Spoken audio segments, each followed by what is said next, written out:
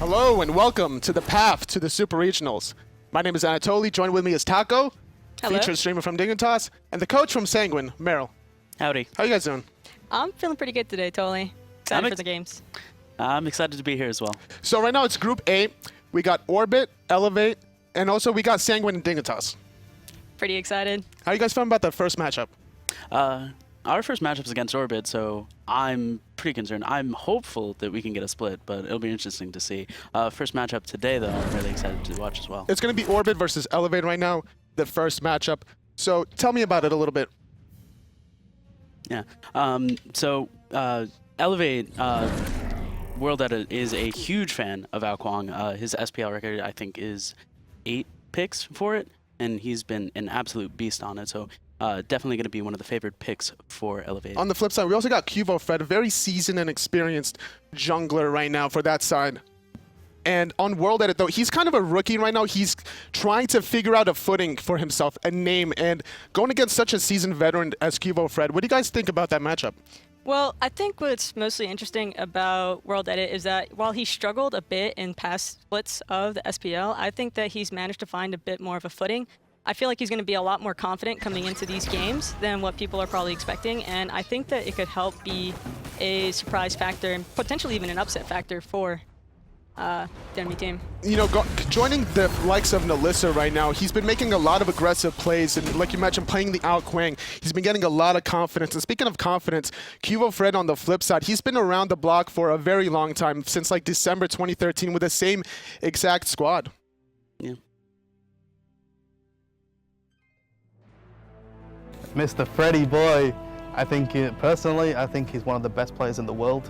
I think he's better than Adapting at times. Cuvo Fred, I think he improved since last season. His Susana plays and this SPL were actually really good, and he dicked on Shadow so many times. Cuvo Fred this split has done amazingly, gone a lot more consistent, always performing really well. I think he's really outperformed himself this split, and even, I think, grown more consistent than Adapting. Like he's really good, carrying, farming a lot, playing this early god that make a lot of pressure. I love his attitude, he's always friendly in rank. Plays a lot of different gods, who's also fun to watch. Just a great dude.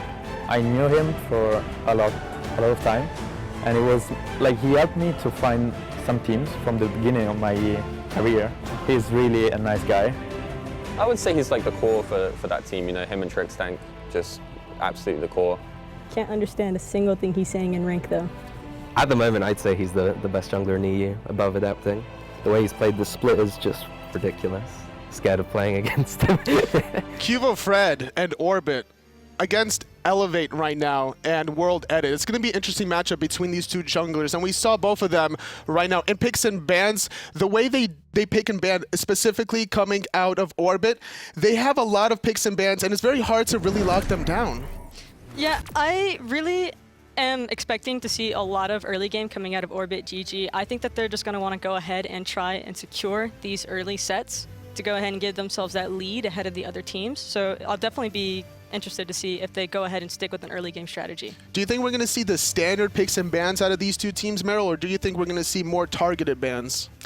I think a lot of the target bans are going to be focusing on World Edit. Definitely want to give Cuvo the most favorable matchup imaginable. For the rest of the team for Orbit, I think what they're going to go for is they're going to be looking for comfort picks, especially on land. Agni's definitely a huge favor for Lobster, so it'll be interesting to see exactly how they play out. So right off the bat, we have a very typical bans between Susano for Elevate and Terra for Orbit. Nothing too out of the ordinary right now. If you're second pick, you don't really want Terra to go through for Elevate. Just like you really wouldn't want Susanna to go through for Orbit. Cuvo Fred on something as strong and aggressive as Susanna would definitely be a huge threat to Elevate. Yeah, they definitely want to take care of the high mobility gods. They're going to be banning out Fafnir as well against Trickstank. Don't want to give them any significant lead with some of the highly favored gods. But can you really ban out Trickstank when we think about it? He'll pick like almost anything, right? And Trickstank just loves his aggression. I wouldn't even be surprised to see him on something like a Guan Yu or some Wukong. We've seen him play that in the past, and he definitely feels comfortable on it. Yeah, I mean, during the split as well, he was running Erlang Shannon support, so definitely very difficult to ban out Orbit, so it'll be interesting to see what Elevate look for. He really likes those aggressive strategies doing the hog invades, but it's going to be Raijin right off the bat for Team Elevate. A very strong mid lane pick. You can't really go wrong with this one. You can really synergize almost any jungler with the burst coming out of Raijin. Yeah, considering his early game control and the fact that he tends to outclear basically every single other mage in the mid lane, it's definitely going to be difficult for Orbit to deal with, and the fact that they're putting in that Freya Humbots, they might struggle a little bit in that early game, I think, in comparison to having the Raijin on Team Elevate. It seems that Orbit's leaning more towards that late game style already with the Freya. You have to really protect her if you want her to get into the mid to late game safely. Oh, definitely.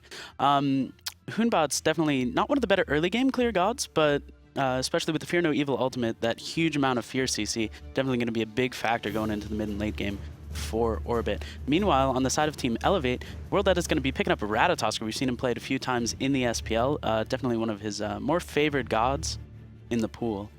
Definitely an aggressive jungler coming out of World Edit. Ratatosker will synergize very well with his playstyle, trying to lock down this Freya. And Bacchus also is going to be very nice for Elevate, trying to get any sort of early game control. And now Orbit is going to pick up the Vulcan mid just to have some more space control around these jungle fights. Yeah, Lobster on that Vulcan, that's definitely a comfort pick for him, as well as something that just, it's going to be able to combat, I think, the Raijin in a way, but I still feel as though the mid-jungle duo from Orbit with the bots and Vulcan is going to struggle a bit against that Raijin Ratatosker.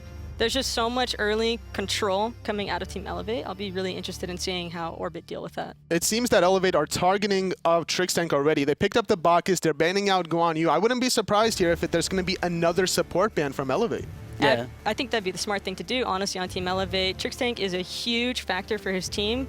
They've even said it to... Orbit has even explicitly said that Trixtank is definitely a big shot-calling factor, and so taking away that aggression support from him is going to make them struggle a little bit more.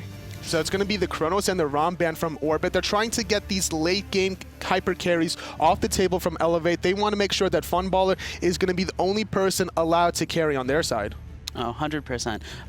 Jermaine, definitely, we've seen him get some nasty objective steals with the ROM, both onto Gold Furies and Fire Giants as well. And Chronos definitely has a favorable matchup against Freya because you can just use the stop time to stun her out of her damage. So definitely a big factor there. Sobek getting banned out as well to round out the bans for Team Elevate, trying to stop them in their tracks as much as possible. Meanwhile, Orbit's just going to pick up an Ares. It's going to be the Ares pick for Orbit. They're trying to get some really hyper-aggressive styles, which is interesting because you have, on one end, a Freya that's mid to late game, and then you have an early game support such as Ares. Is this more to try to help out Freya in laning phase? Is this more towards shutting down Ratatosker in these jungle fights? Ares is a bit of a counter factor to Bacchus. I know a lot of teams prefer to pick Ares into Bacchus, if anything, considering that the chains, will stop his flops, which is a huge initiating factor. And then on top of that, Bacchus doesn't have the CC immunity ult, so maybe they're looking to try and just pull their engage because there's not much that the team can bounce off around that. If you're Dardes, do you pick up Purification here just to deal with that Ares? That's a difficult call because if you pick up that Purification, your team might struggle a bit in comparison to Orbit not having that shell, not having that meditation or sprint. And I think they're going to want a shell or a sprint against that Vulcan Humbots. It's going to be the Arlong and the Anhur to wrap things up for Team Elevate, and a Vamana for Orbit. Xaylia is going to be able to really control the laning phase, I feel, here against Arlong Shen. Not so much in the early game, but he'll transition safely, and then he'll be able to probably make really good rotations. So what are you guys' predictions for this matchup now that picks and bans are finished? Yeah. Elevate, definitely lineup looking strong for that early game. And speaking of which, now it's the casting test. We're going to throw it right now to Adonis and FDOT. Take it away, guys. And everybody else there on the desk, you guys did a great job covering the picks and bans. We kind of carried along the way. Yeah. And we have a couple of things to say ourselves. Honestly, when it comes down to it, I'm really happy about the Vulcan pick for Orbit going directly against the Raijin. I think there's a lot of gems here in this pick ban phase. Orbit really seemed to obviously, I think, put a lot of pressure on Nick Hugo Fred this match. He's got the Hun bats, but this early game for Orbit is incredibly weak. Ares, while he can get going, he could run into the issue of getting picked off, and the composition built from Elevate, it's going to be great for pickoffs. Ratatosker's global presence, Bacchus as well, great with the knockup potential. We're going to have to see Trix be really fast with those flames to make sure to counter that when he rotates through the jungle. That's why I love the choice of the Anhur for Jermaine. Ares has a really Ares does a really good job at getting those early first bloods or even those second bloods. Just early kills. Anher is one of the characters that won't let that happen. So as we get into picks and bans, or out of picks and bans rather, and directly into the game, we've got Orbit versus Elevate, our first matchup of our LAN phase here. Arlong Shen being played by Mogao on the right-hand side. He's going to catch up with Cubo Fred, actually, and just sort of say hi. Into game here. 45 seconds before this one gets rolling. And Elevate, I think this is the best comp they probably could have drafted. I think when you're a new team coming into LAN, especially Elevate, who just have so many rookies, I mean, not a single one of these players have been to LAN before. It's 5 new guys. And if you pick an early game composition, I think that's going to be a lot more comfortable for these teams. My biggest concern here, Kevin, is going to be Nulissa on the Raijin. Raijin, of course, is a very powerful character, can certainly do the dirty work, him or herself, but when it comes down to it, Lobster, ultimate meat, ultimate. As soon as Nulissa goes up into those Raiju drums, Lobster's just going to let it rip, and hopefully Nulissa can deal with it. You know, Lobster's going to be a big point here, too. One of the first players to really bring Vulcan back into the meta after we saw his buffs a couple patches ago, where he got that bonus movement speed when he's able to hit his abilities, which is very helpful because one of Vulcan's biggest weaknesses is just dying. He doesn't have a traditional escape. He does have the backfire, which can reposition himself a little bit, but if he's caught out by himself, there is nothing he can do. With that movement speed, we started to see Lobster breed into this Vulcan style where he becomes really hard to lock down. And I think that's one of the just general positives of being such a veteran player or somebody that's played for so long. When you have these niche picks, when you have these odd picks that somehow surge forward in the meta because of a buff on an item or even on the god itself, if you've been playing since 2012 like Lobster, one of the oldest Smite accounts we've got here in the Pro League, you can just remember what it's like because you played that god before. It's hard. Left-hand side, Orbit already going aggressive. Jermaine and Dardes, we interviewed them just the other day. We saw that nice spot from Cubo Fred. We're going to be seeing more throughout this tournament. All 3 days, we're going to have different videos. But Dardes and Jermaine, they said they love playing against this duo because all they want to do is fight. And that's exactly what Trix and Funball like to do as well. The Anher, the classic Anher play, jump in at level 2, use the disperse knockup to center your impale stun. Jermaine's going to do that level 2, level 3, level 4, level 5, level 6. He's just going to keep jumping in on you. That's what these guys have been doing since they played in as the Myrmidons, and now that they're here as Elevate, they're just going to continue being aggressive. And this is great for Trix Tank. One of Aries' biggest weakness is his laning phase, because if he loses pressure in that lane, it is almost impossible for him to gain it back. He doesn't have the ability to safely walk up and clear lanes. Chains and Flames don't really do that much, and you kind of put yourself into an awkward spot. World Edit saying hi on the right-hand side, looking for the first blood. Zelia's in some trouble, doesn't want to dive the tower just yet, but enough pressure to keep Zelia on his toes. I love this. Dardes should be fine. Gonna take a little bit of damage, those chains still lasting, but World Edit already showing pressure on the right-hand side. Elevate, they have a composition that's gonna be great for picking players off and setting the game up to win early. The later this goes, the more dangerous Orbit's team fighting comp becomes. So make sure to open up opportunities. Failed gank, but at the very least, he put pressure on Azalea. Last time we saw this 1v1 in Soul Lane, I believe Azalea actually soloed out Mogao, so a good attention for World Edit. What I like even more than just the showing on the right side is... Are they gonna stop? Probably not. Knowing these guys, I mean, you've got Funball and Jermaine. They're both spicy sides of the same coin. Everybody wants to fight. But going back to World Edit, what I like more than even him just ganking on the right-hand side is how quickly he left. He doesn't want to sit there and camp the solo lane. He wants to show presence and then move on. He's willing to accept the fact that that gank did not turn into a kill. He knows that he has to be all over the map in other places. And it doesn't even matter about the kill. Half the time, all it is about relieving the pressure for Mogao. Mogao, I think, has been kind of a struggle point for Elevate. While these players are great individually, as aggression on the left. There's going to be one pull and doesn't turn into a kill. Darda's in some trouble. Change up, so he can't jump away, but Jermaine shows up to block some of the shots at a Funball himself. Good damage. Darda's not going to even go home. Perfect attempt, but World Edit coming into the right-hand side. Zalia knows it's coming this time. A great call from his mid laner. But back to the left, the second Trix Tank hit 5. He recognized that the Purification was not online for the Bacchus. However, he does have Shell with 50 protections and the dot damage that Aries is kind of known for. That reduces a lot of that damage. Dart is able to juke out that second chain, and he had nothing to worry about. Yeah, a lot of times you'll see the early game Purification come out. We even heard them talk about it on the analyst desk. Yeah. For the Bacchus specifically, because of how limited mobility he is, even with the belly flop, that's all he has, and that's going to be his aggression tool. So without the Purification, we're going to see a lot of that. This time around it worked out with the Shell, but what happens next time when the Shell's down? Ares is such a great counter to Bacchus. Not only can you cripple him out with your change, which completely removes kind of his early game pressure that he likes to focus on with the very aggressive belly flops, but also, like you said, that ultimate. You really don't want to have to go into Purification on a support, and Ares kind of forces it out of you in a lot of situations. Because Darda has gone the shell now, if they have the damage coming online soon, once these mid laners start getting the penetration boots, we have big groupings. Ultimate at Cubo Fred, just gonna chase the guys of Elevate off of those right-hand Harpies. I don't even think Orbit was really looking for the kill there. They were just looking to make sure they get the maximum farm. And this is exactly how Cubo Fred wants to play this game. They have a Freya for the late game, same with Vulcan. Exactly. And, you know, Fear No Evil, we've all seen it. It is one of the strongest, if not the strongest team fighting ultimate in the game. The longer Orbit can delay this until 20 minutes, and if the game's even, they're just gonna start taking objectives. It's what they're incredibly strong at and what Elevate is incredibly weak at. They were not able to, I think it was 5 Fire Giants in 14 games, and I think we saw 2 of them stolen away from other teams by Jermaine. Yeah, pretty much. Jermaine, I'm gonna say he got a little bit lucky in some of those steals. No, hey man, Jermaine is gonna laugh spam and tell you those were all calculated. I still remember the 1 HP one. I'm like, how is it really? Anatoly always reminds me, luck is the combination of opportunity and preparation. So when it comes down to it, Jermaine certainly has a couple of tricks up his sleeve.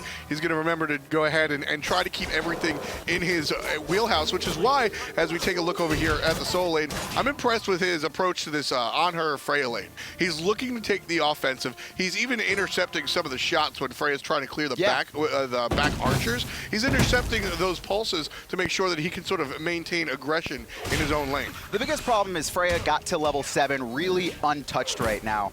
Trix Tank and Funball were able to keep control of this lane, which is not what you typically see. Right-hand side, Trix Tank in a little bit of trouble. Doesn't get belly flopped. Even if that had connected, which it didn't, the flames were out. Knockup immunity would have been great.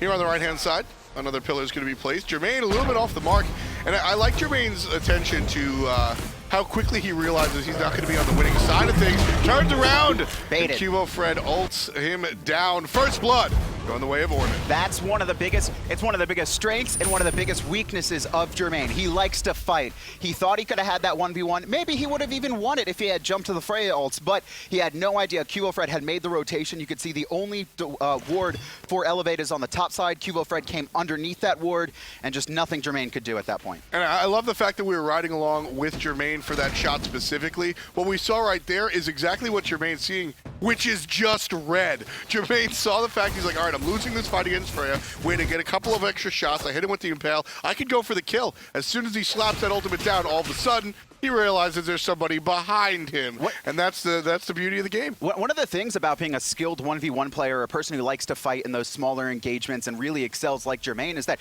you get so focused on the kill that even if Cubo Fred had walked over a ward, Jermaine really might not have noticed. Once again, all 5 of these players on Elevate are LAN rookies. Nerves could be a factor for them. I'm not seeing anything too crazy just yet, but it's always something that you got to think about. You know, I'll be honest, knowing that, being able to watch Jermaine, Dardes, and Mogao, specifically Jermaine and Dardes over the past couple of years, I'm tending to think, I'm leaning towards the fact that these LAN nerves that we talk about, these are the type of players that perform better because of them. The pressure works out for these guys. They have been relegated in and out of the Pro League so many times, but they keep coming back and fighting into it. These guys like the pressure. I want to say it's almost like Big D, right? Divios. Yeah. He was a super young kid. He was, you know, he was fine in online stages, but he was very, I don't want to say cocky, but very confident in his play. He liked to fight. He liked to take you on in 1v1s.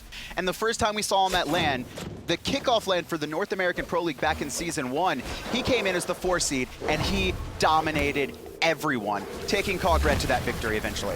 Mogao trying to sniff out the blue buff. Got all the enemy side, ults himself just to be a little bit careful. World Edit now looking on the left-hand side for the first time in the game. He's just going to pick up some farm and head home. You always have to pay attention there. Mogao preemptively popped his ultimate. Or excuse me, was that his ultimate? Did it go off cooldown? I thought I had he saw started it. to. I think he got canceled out of it. Okay. Yep. I was a little bit confused there, but a little bit worried that Cubo Fred would have followed up with that Fear No Evil. It would have been rough for him to get out, especially because he was low mana. So just playing it safe there. I like the early Witchblade coming. Get used anyway. Yeah, for sure. I like the early Witchblade coming out of the Arlong Shen, as well as the attack speed boots. But hold that, because we got an ultimate coming, and he's going to hold a couple of players right in the middle of the ultimate. Cubo Fred drops one of his own, and drops a player as well. Dardes goes down, but World Edit makes the the turnaround and stops Lobster before he heads right back into lane. That's one for Elevate and one for Orbit. I really love World Edit's presence there. He ults into the sky, and he actually recognizes that if he goes on the mid lane trying to save Dardes, it's not a fight they can win. Instead, he notices Lobster to the side on a Vulcan. As there's a gank on the left-hand side, Purification is forced, and they do get the ultimate out of Funballer as well, taking a little bit of damage, but that's going to open up the opportunity for another gank. And Freya is one of the most susceptible gods to death when it comes to, as soon as that relic and the ultimate's on cooldown, what does she do? Have Whoop on an 8 million second cooldown? It's like 8 million and a half, man. Come on. But I'm actually really surprised that we saw World Edit kind of gank solo lane earlier on. I liked it to relieve pressure off of Mogao, just give him, you know, a little bit of confidence, not have to worry about Zaylia soloing him or being a bully to him. But for it to take him 9 minutes to gank a Freya is a little absurd to me, especially considering Jermaine's an on her who's going to excel incredibly against the Freya in boxing matches. Yeah, I feel that. I think that the leverage probably would have been better used a little bit earlier on. But with that in mind, Freya only level 11. She's got the boots online and nothing else. She's still in a good spot to go ahead and pay attention to. Funball still not yet with a ring, not yet with the Fatalis, so definitely in a spot where she can get smoked. Let's actually highlight over these boots that Freya has picked up. We saw a lot of recent changes to boots. Shoes of the Focus, it's a little bit blocked off there, but getting a little bit more power and that 10% cooldown reduction and a lot of mana, 250. That's great. Freya doesn't really have too many mana problems, but if you're going to sit in lane and farm a lot, you do want that extra sustain. Yeah, here's the biggest deal for me, Kevin. It's 5 power difference. The purple boots versus the blue boots, you're losing 5 power. The bigger deal is the penetration. But when it comes down to it, Freya's going to buy the Demo Grip and probably the Shard, which is penetration on penetration. It's all you need. Instead, giving that 10% cooldown means the next gank that happens, maybe your ult comes up just in time, where that whoop at the last second clutch, because Freya's only escape or defensive ability is either kill or whoop someone and run really far away, really fast. And I mean, the whole gimmick about Freya, the whole hard part about Freya, quote unquote, is dealing with what happens when your cooldowns are off, are not there. With the cooldown boosts, all of a sudden, that 6-second dance you have to do with your stuff on cooldown, not quite needed. 11 minutes into this one right now, and not too much action really going on. Orbit has a slight gold lead, and that's more off of jungle pressure. Obviously, they got the 2 kills, so they're a little bit ahead in that regard, but this is definitely something where Elevate's not too far behind. I wanted to see Elevate get ahead early because Orbit's composition really excels in those mid and late game team fights, but Elevate's comp isn't even bad heading into the late game. I'm just worried that as a team, they're not going to be able to strategically wow, words are hard today. Strategically pull it off the later this game goes. Doing your best Yuzi cosplay. I'm trying. Yuzi had a fun moment down in Oceanic League. That was great. Ooh, nice shot out of Jermaine to send Trix tank Still gets a little the chance, back at though. the wall, and World Edit gonna come on down. I think it's a little bit too late, Kevin, but he had already committed. I'm seeing just the strength of this Ares pickup now threefold. Not only is it great against the Bacchus, being able to chain out his belly flop, immune the flop with the flames as well, but also against World Edit, the knock-up on that, I'm not even going to say that one. The knock-up immunity on the flamethrower. It's really good against the ultimate from World Edit there, who's going to come down and knock up a lot of people in a pretty big area. It's good against the good stuff out of the support of the Squirrel. We got you. I got squirrel, you. Dude. No big It's deal. early. I don't cast this early, man. I'm used to 1 p.m., not 11 a.m. I don't even know how the EU guys are doing it. No clue, man. Either way, Orbit going to start at the Gold Fury a little bit early here. Jermaine sniffs it out. He's well aware that it's happening. Half HP on the objective already, and Orbit sees everybody show up, and they say no thank you. Really, Jermaine? You're really going to pull that again? Oh, okay, absolutely. He pulls off of it. You could just see the ward coverage right now for Orbit, something that's been incredibly lacking for Elevate this game. They don't have a lot of vision across the map right now. You could see ward numbers are relatively the same outside of Trix, who has significantly more than anyone else, but we haven't really seen them be effective on the rotations. They're just never up at the right time, it seems. Yeah, just not able to really spot anybody out here. Right-hand side, you can see Zaylia starting to get interested in invading some of the jungle nonsense, but not going to be the case. Clean up from World Edit a little bit too quick. He's not in a position to really push out Mogao, but because he's a solo laner, he's naturally getting more XP and gold than almost anyone on the map, soaking up a lot of those solo waves as well as buffs and kind of the fire elementals, which means he has a 2-level lead on World Edit, and that's a position where he feels confident enough into to at least pressure into the jungle, see if there's any opportunities he can take, maybe call for his team to rotate if he feels like it's a fight they could win. Yeah, we've had a quiet game out of our junglers, honestly. World Edit has made that first strong gank that didn't result in a kill, and then a couple of lackluster ganks. And Kevofred on the Hun Bats, that's almost to be expected. He's really not looking for these hardcore ganks. He's more playing the defense game this time. Look at that, too. We saw so many Void Shields come out of junglers in the online stages, but with its recent nerf and the buff as well of Hydras, we've seen that picked up. Now what this is going to do is when you hit an ability, your next basic attack is going to do bonus damage, which is really good for a Hun Bats, who is basically an ability and in-hand weaver, where he will use an ability, then in-hand, then use another ability and in-hand. I know you speak a lot about that. Yeah, absolutely. Especially it synergizes perfectly well with the passive of Hun Bats. Going to get those slam down crits and make those shots even larger. And Kevofred has been playing Hun Bats for a long time, so the intricacy of weaving those basics in and out of the abilities isn't going to be a big deal. Hydras is an item that a lot of people have wanted to use for so long, but if you break down the math, I'm sure Merle will do it for you on the desk. He's our resident math guy now that Kret has moved on to a better life. It's so different now with the change. Before it was just the wrong item always because mathematically you're better off buying raw stats, but now it's a wonderful inclusion into the build. And just so everyone's aware, Kret is still alive. I know that was it was kind of a little bit awkward. World Edit in the sky, going for a gank here. He's going to jump down, completely mix tricks, and has to back off. And I think that was World Edit assuming Orbit were going to commit to that Gold Fury. They had kind of attempted around it a little bit, started up, got it to half, but they weren't full committing. Orbit has no interest right now in forcing a fight. All they want to do is sneak a Gold Fury, sneak objectives. They want to hold this out until the Vulcan becomes level 20. Which is curious to me, because with the tools of Kevofred's Fear No Evil, and then Lobster's got a giant ultimate of his own, Orbit have a really fantastic composition to go ahead and take those objectives head on. But the main issue here is that Elevate have a really high damage composition, and they've done a great job of staying grouped as well.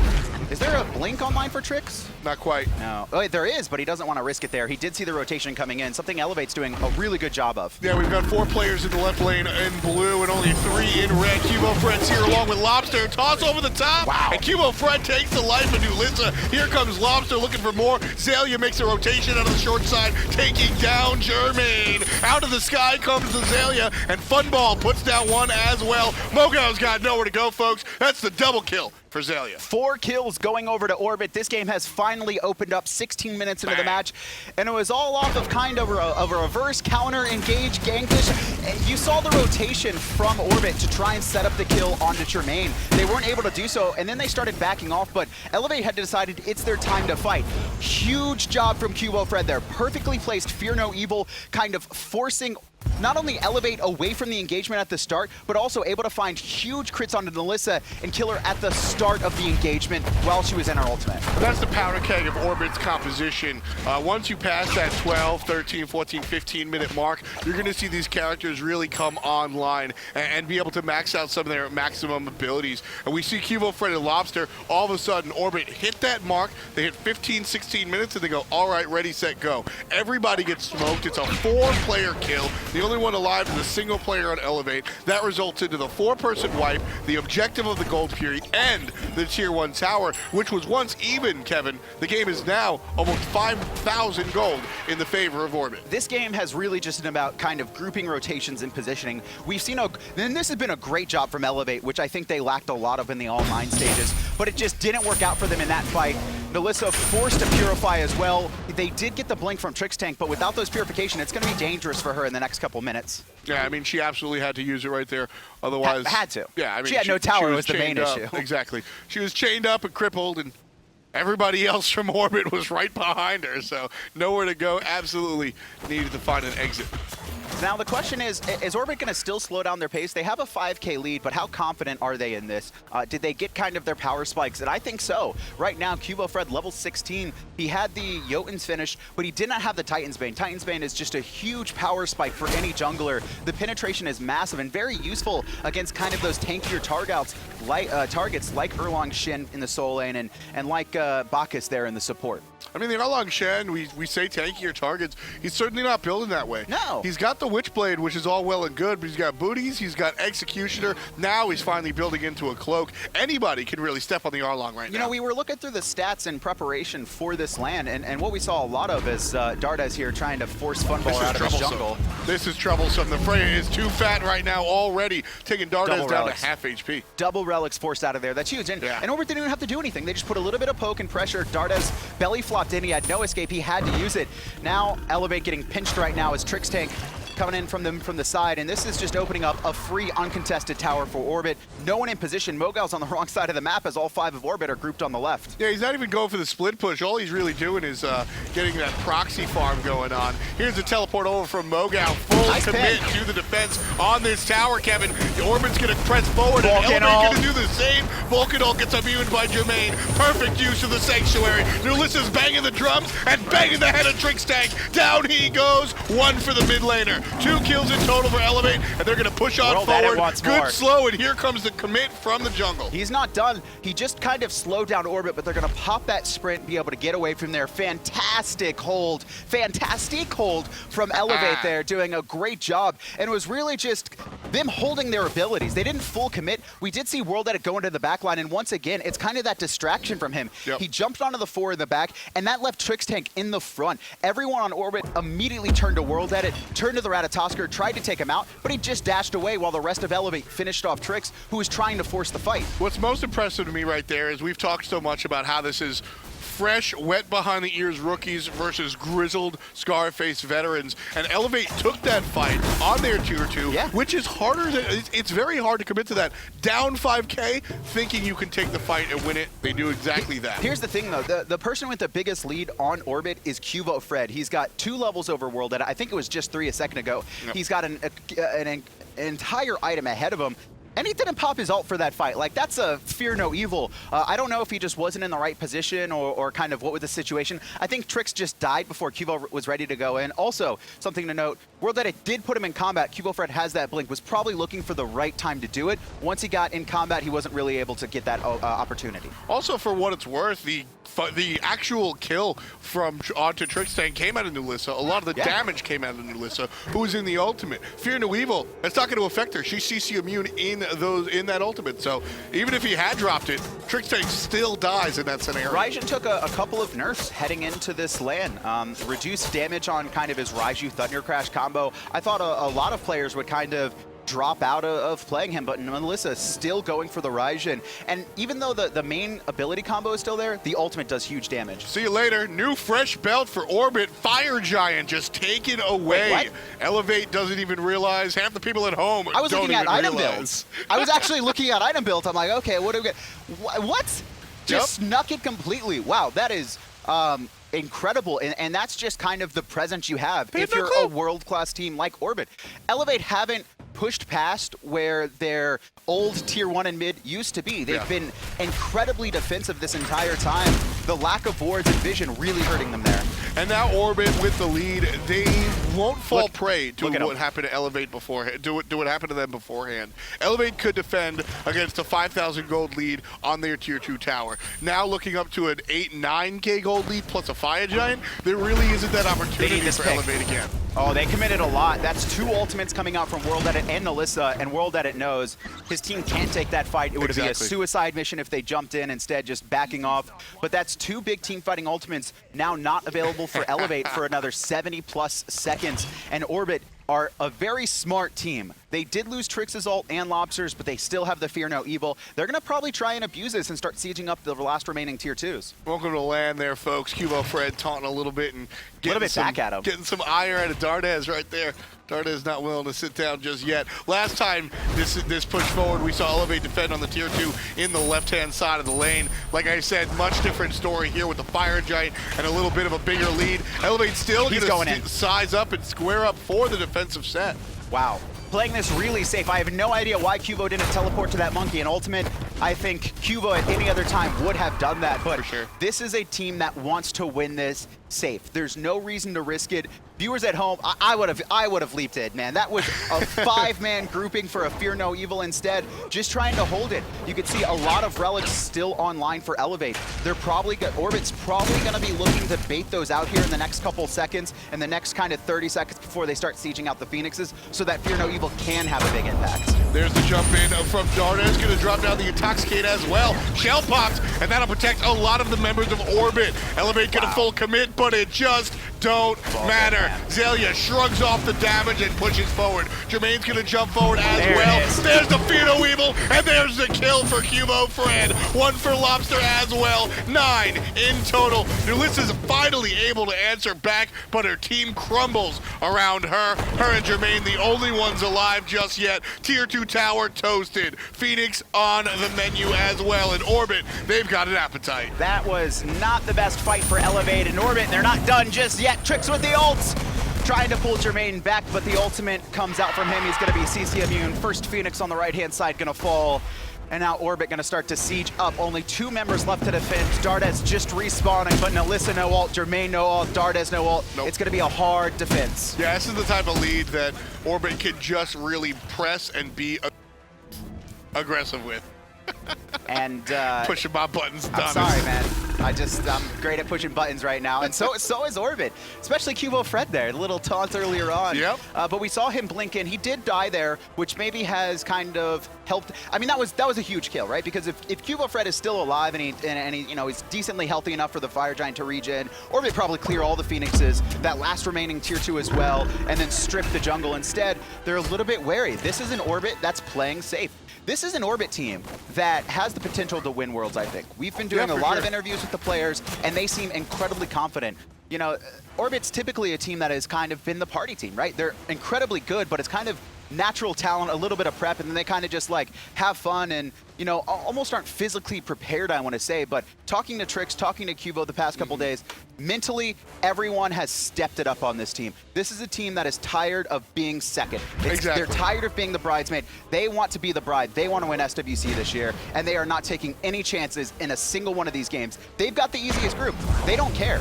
They told me that. They're like, I don't care if we have the easiest group. We're going to prepare for them just like their energy. I mean, this is a team that absolutely loves to scrim, but they certainly want to win this time around as well. So we're going to see how it works out. And you know, there is such thing as too safe, and I don't think that I don't think Orbit's coming anywhere near too safe. No. They're playing this perfectly fine. But I will say, with the lead in the Fire Giant that they had before, Orbit probably could have won this game about 5 to 10 minutes earlier. But like or 5 to 7 minutes earlier. I would say but so. like you said, they're playing it safe. I think this is less about the game specifically against Orbit, against Elevate rather, and more about the potential for the future. You want to practice how you perform. And right now, Orbit, they're going up against Elevate, and they're playing against them like they're an Energy or one of the harder teams to beat. And I gotta give shout outs to Elevate here. Obviously, this is only their first game, but definitely the team that we expect to have the roughest performance on LAN. A lot of, like we said, 5 rookies on this team. Not a lot, no LAN experience, right? In that regard, they've played a little bit of the online leagues in the past, but nothing major. And they've done a really good job to hold out onto Orbit. Orbit doing a lot of kind of counter picks or bans, I want to say, into some of their star players as well. Well, I do think this is one of the bigger spreads we're going to see in this group phase specifically. I think Elevated Orbit, if you had to order the teams down 1 through 4, you're probably looking at the 2 sandwich ends of the piece of the bread. But when it comes down to it, I'm really interested to see how Elevate works out against Sanguine and even against Dignitas. I think, like you said, Orbit is a team that's poised and ready to go finals at Worlds. Yes. These other squads, I'm not too sure. So don't count Elevate out just yet. Don't forget, it's not one team that exits this. It's 2 teams. You know what? I'm wondering. I'm trying to decide if this was either the best team for Elevate to start off with or the worst, right? It's the worst in the sense that you're facing clearly the #1 seed in this group. You're almost expected to lose to them, and you kind of can use that to get your nerves out. But if they had started off against, you know, a Dignitas or Sanguine, do they kill those nerves and then have a chance against Orbit if they play them later? I don't know. I personally, and I think that's a very personal question, you got to ask the individuals per player. On Elevate. I personally, if I'm playing here, I like this one. It's like having a donut on the bat, right? You see the guy in the warm-up circle with a giant weight on his bat, and then he takes it off to actually go and contend. I think that's what you're looking at for Elevate. Orbit gonna start sieging up. They took the last tower. They did refresh their Fire Giant. We did see that happen right now.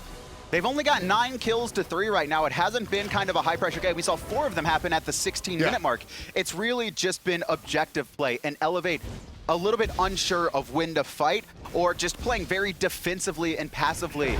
They do have all 5 members up here for this, and they do have a level 20 Raijin, though, and Orbit still need to play this incredibly safe. It's a giant lead, and Orbit certainly ready for a giant fight. Mid Phoenix about to go down, and I'm certain some players will be around there as well. Orbit still playing it relatively safe. Don't want to commit too hard just yet. There's the ultimate out of the Ares. Gonna combat it, and Dardan's got nowhere to go. Lobster puts double digits on the board.